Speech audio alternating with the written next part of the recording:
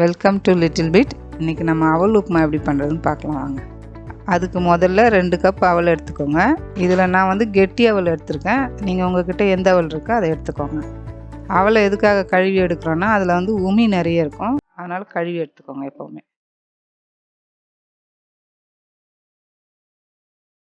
இந்த அவலை நம்ம ஸ்டீம் பண்ணுறதுனால இதை ஊற வைக்கணும்னு அவசியம் இல்லை.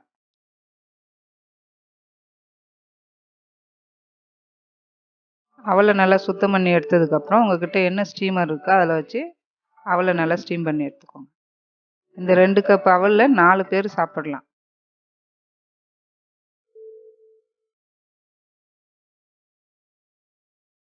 நீங்கள் இந்த அவலை அப்படியே ஸ்டீம் பண்ணி தேங்காய் சக்கரை போட்டு ஸ்வீட்டாக சாப்பிட்னாலும் சாப்பிட்லாம்.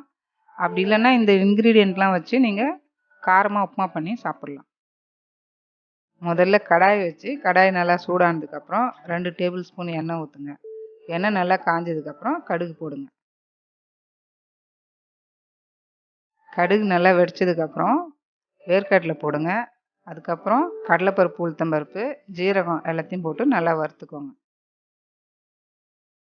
வேர்க்கடலை நல்லா வறுந்ததுக்கப்புறம் இஞ்சி, மிளகா, சாம்பார் வெங்காயம், கருவேப்பிலை அதையும் போட்டு நல்லா வதக்கிக்கோங்க.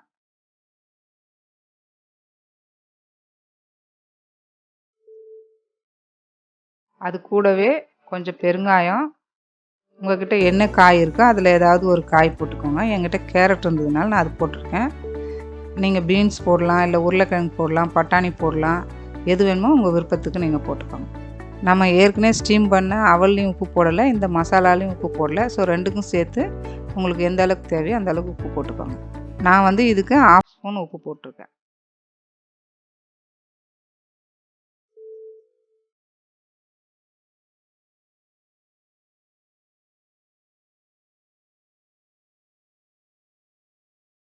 அவல் வெந்ததுக்கப்புறம் நம்ம தாளித்து வச்சுக்கிற மசாலாவில் அவலை போட்டு நல்லா கிளறுங்க.